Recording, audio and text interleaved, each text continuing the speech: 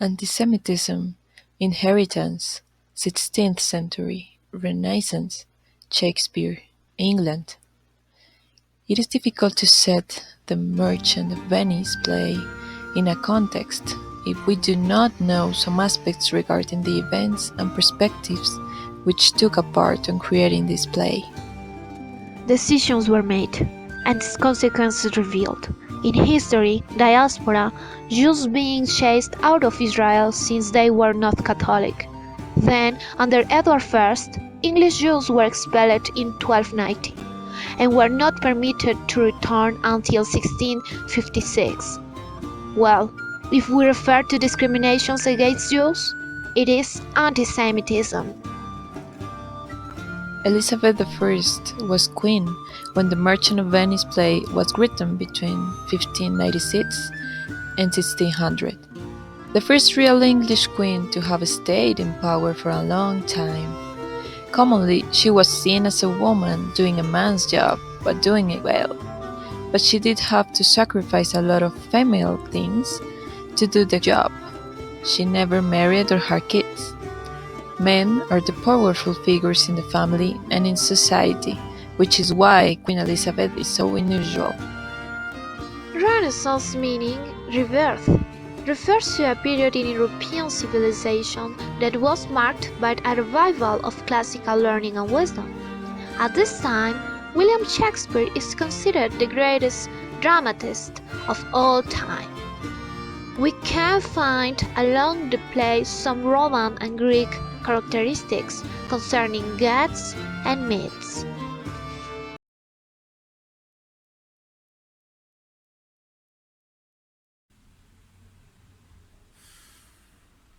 In truth, I know not why I am so sad. It wears me. You say it wears you, but how I caught it, found it, or came by it, what it's made of, I am yet to learn. And such adult this sadness makes of me that I can hardly recognize myself. First and foremost, I'm a Christian. My name is Antonio. I'm also a merchant in Venice. My best friend is the sweet Bassanio. Bassanio needs money, and I will do whatever it takes, even if that means asking for a loan from a Jew. O Father Abraham, what these Christians are, whose own hard dealings teach them to suspect the thoughts of others. Pray you tell me this. If he should break his day, what should I gain? My name is Shylock, a Jew, and I have been hated all of my life for that, by Christians. But if a Christian, Antonio, do not pay me what he owes me, I will take advantage of that, and I will have my pound of flesh, of his fair flesh. What words are written on the scroll? You that choose not by view, chances fair and chooses true. Since this fortune falls to you, be content and seek no new. If you be well pleased with this, and hold your fortune for your bliss, turn where your lady is, and claim her with a loving kiss. I am Bassanio, a hopeless lover, I who has nothing to give more than love. Even in my bankruptcy, I want to pursue the love of my sweet Portia. This lady, the one and only that has stole my heart. She who lives in Belmont, surrounded by wealth, and me, who in order to have a chance, I have indebted my own very dear friend. If to do were as easy as to know where were to do, chapels had been churches, and Boersmen cottage, princess palaces. It is a good divine that follows his own instructions. I can easier teach 20 what were good to do than be one of the 20 to follow mine own teaching. Portia's waiting, gentlewoman, Nerissa. Her father was ever virtuous, and holy men, after their death, have always good inspirations. Therefore the lottery that he hath devised in 3 chests, gold, silver, and lead, whereof who chooses his meaning chooses her, will no doubt never be chosen by any rightly, but one who shall rightly love. My conscience says, Lancelot, budge not. Budge, says the fiend. Budge not, say my conscience. Conscience, say I, you counsel well. Fiend, say I, you counsel well. To be ruled by my conscience, I should stay with the Jew, my master. Hello, I am Jessica. Today's the day I'm escaping with my love. I'm Shylock's daughter. But what a heinous sin is set in me, to be ashamed to be my father's daughter. But though I am a daughter to his blood, I am not to his manners.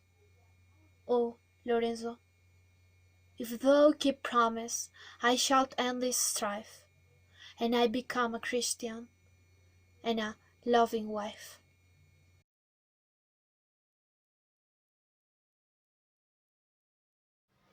In a world full of Christians, a Christian rises. A tragic character? A comic character? Well, his name is Antonio. He is sad. And such a want-wit sadness makes me that I have much ado to know myself. And ready to ask a loan from a Jew?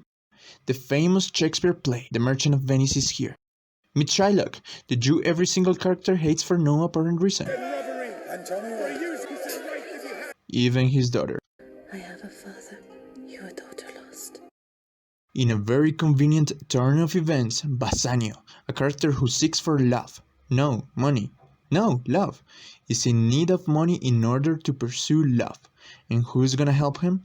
None other than his loyal friend Antonio, who casually hates on Jews, but needs a favor from one in order for the plot to advance. Bassanio needs 3,000 ducats. Aye, 3,000 ducats. That's a lot of ducats, but Shylock is not going to lend money so easily. He needs some flesh as a bond. For an equal pound of your fair flesh. Ugh, gross. Shylock, I will seal unto this bond. Anyway, Bassanio gets the money he needs, so he goes on his noble quest for love. Meanwhile, Portia, Bassanio's love interest, is rejecting suitors back and forth. Your suit is cold. She lives in Belmont, a luxurious place where luxurious people resides, and only the people with luxuries can claim her hand. But hey, there is a trick, and this trick was planned from beyond. Ooh. It seems Shakespeare finds interesting to make dead characters interfere. Hamlet. Her dead father sets 3 caskets, and only the one who chooses Riley is the one who's going to be worthy of Portia's hand. Wow, what a sick game for a father to put his daughter in. So is the will of a living daughter ruled by a dead father? But no one's worthy till the beautiful and plot-protected Bassanio arrives and chooses the right casket and takes Portia's hand. The end. No, wait, there's more. Suddenly, a letter from Antonio arrives. He is in trouble, and Bassanio feels guilty. Well, he should be. He's pretty much the reason why Antonio is going to court against Shylock. Portia proposes Bassanio to take 6,000 ducats to pay Shylock in order to save Antonio. That seems reasonable, right? But no, Shylock wants to take his bond and he will not take a no for an answer. I would have my bond. Bassanio arrives to court, but his presence is meaningless. Shylock wants flesh. Again, gross. But no one can argue with the guy until a young clerk arrives to the scene and turns everything upside down. A little. If you do shed one drop of Christian blood, Your lands and goods are by the laws of Venice confiscated. Who would have guessed that Shylock ends up with no money and none of his precious flesh and gets evangelized by Antonio? You shall presently become a Christian.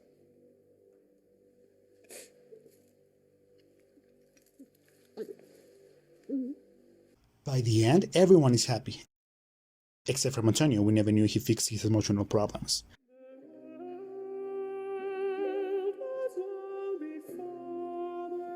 The end. For real this time.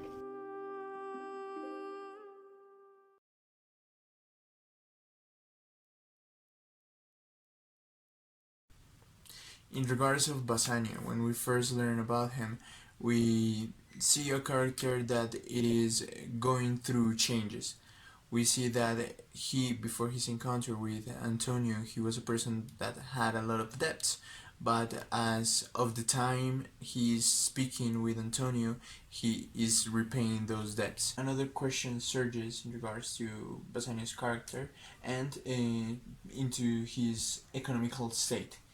Is Bassanio a wealth hunter? Bassanio, it is a person who seeks for money. He's seeking for money. He's asking Antonio for a loan in order for him to go in the pursuit of apparently love. But we learn from Portia's character and from Bassanio's own dialogue that, and I quote, in Vermont there is a girl richly left. He says, when he says this, he says that when Portia accepts him as a man, he's going to repay all of his debts. He's going to pay Antonio back, and apparently that's how he's going to seek for his happiness and economical stability. So in this case, we could say that Bassanio is a wealth hunter. In the specific case of the Merchant of Venice, we do consider that the Merchant of Venice it is a problem play. Why? Well, in the 19th century, a scholar named He Ibsen came up with the concept problem play as an aspect of new realism. Well, a problem play is usually a play that cannot be classified either as a comedy or as a tragedy, and rather has a mixture of both genres. Well, and now in the specific case of the Merchant of Venice, we don't have a comedical or tragical tone. Throughout the whole play and throughout the whole argument, we have a mixture of both. We have a mixture of comedy and a mixture of tragedy. Also, our main character Antonio it is a representative of a contemporary social problem. So we can see, for example, the struggle of Jews and Christians' power over Jews. Another point to the argument that it is a problem play, it is the ending of the play itself, because we have a comedic ending from one side, a happy ending, which is this set of characters: Portia, Nerissa, Jessica, Lorenzo, Bassanio, and Gratanio, which are married and happy, and there is no further repercussion to their characters. They end on a high note. You can say that. You could say, and also we have on the other side we have Shylock and Antonio. Shylock has a dark ending. He's completely destroyed. His whole character persona it is destroyed by the power that Christians set over him. And why I say Antonio doesn't have like a happy or a comedical ending, because Antonio, at first we were told that he has an emotional internal struggle, and throughout the whole play we can see that reflected on his character. But at the end, that first argument that we get on the character, it is unresolved. We don't get nothing further to that statement to Antonio's character. So that's what we call a problem play, and that's why we consider that The Merchant of Venice is a problem play. In regards to Antonio's character, we do not interpret him as a comic Hamlet.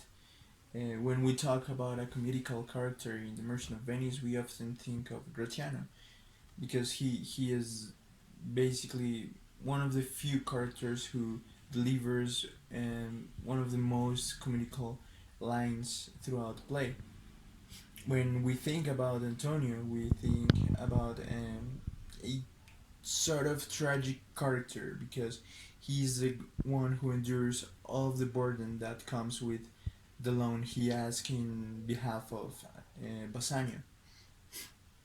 Now, when we think about Hamlet, Hamlet is a character who is far more darker than Antonius. He endures more pain. He's always scheming. He is full of hatred. Well, when we think of Antonio, we think of a loyal friend. We don't think of someone who is seeking for revenge.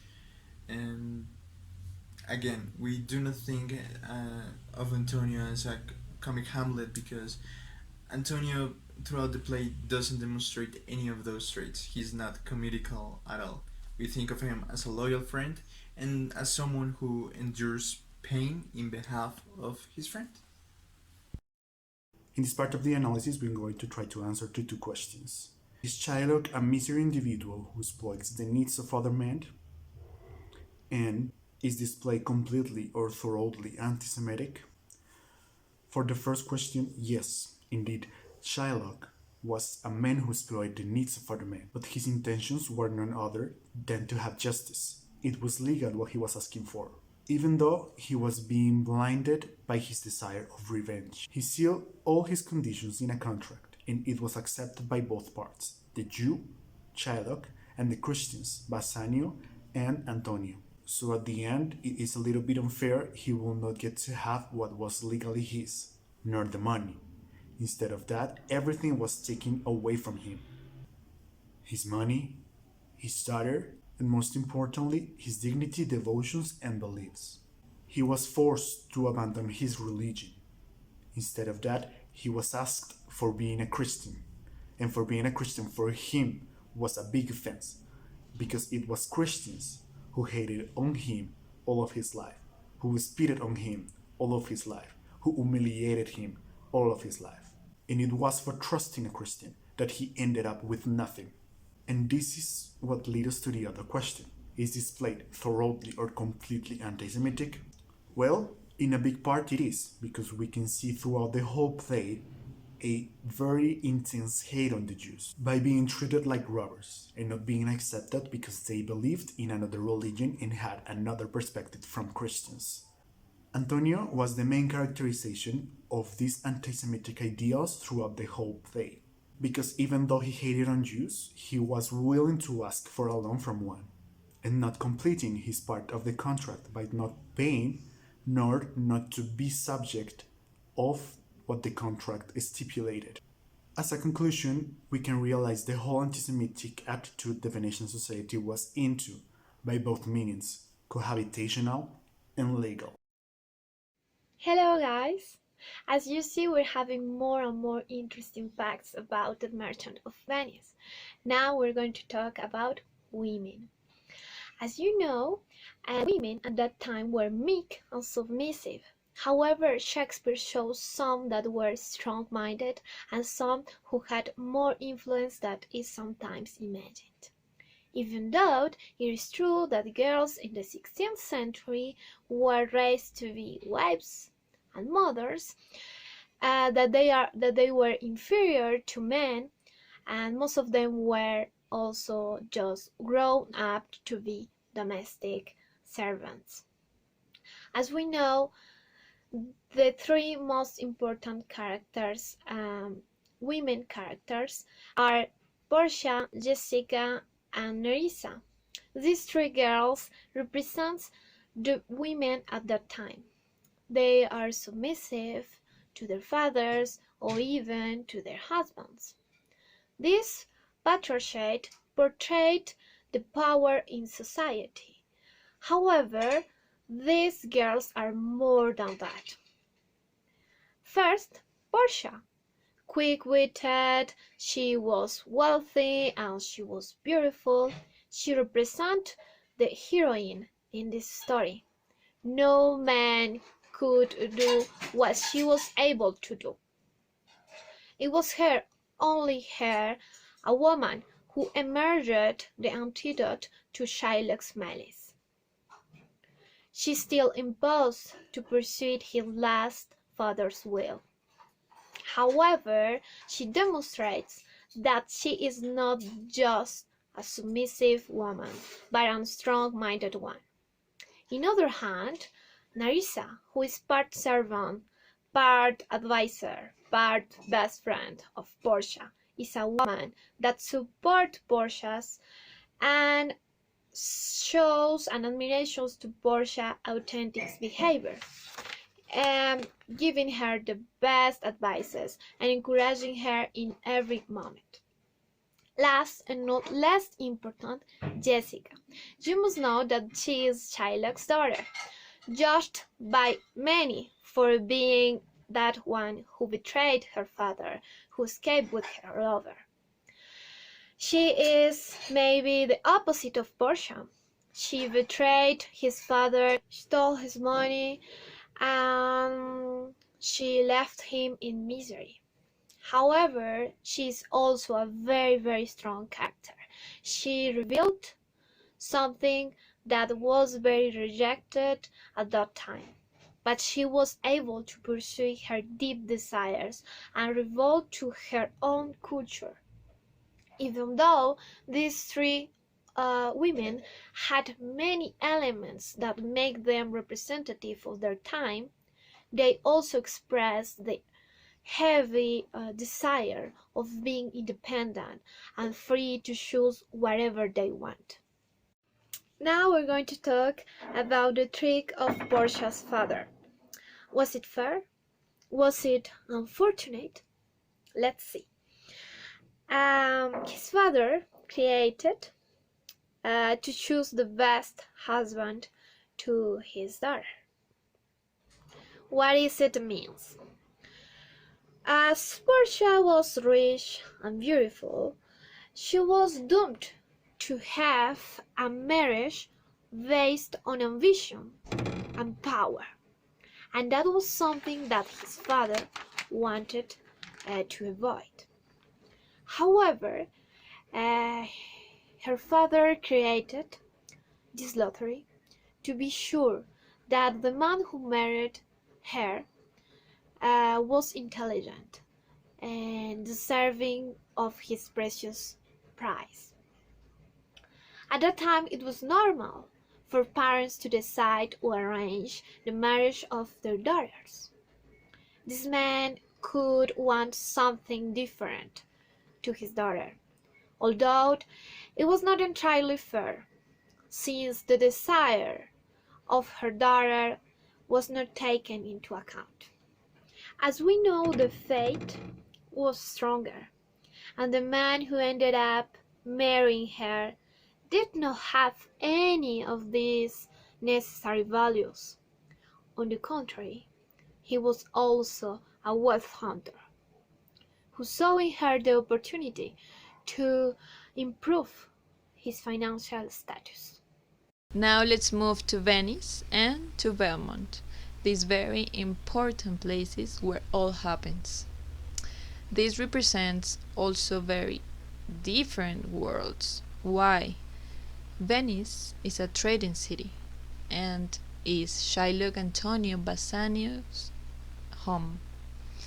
Words as hatred, intolerance, prejudices, money, merchants, conflicts, tension, dramatic events take place. Whereas in Belmont, trumpet sounds, the birds just make cute sounds, and also is full of beauty. It's full of beauty, Belmont. And let's remember, it's Portia's home, and apparently she lives in a mansion. If you take a look on the play, she mentioned the word mansion, that she lives there, and it's a luxury place. It's a luxury place full of. It's a peaceful place, yes. And words as love, marriage, wealthy, wealthy people live there in Belmont. It's like a dreamy setting, don't you think? So these places are very, very important because of their difference.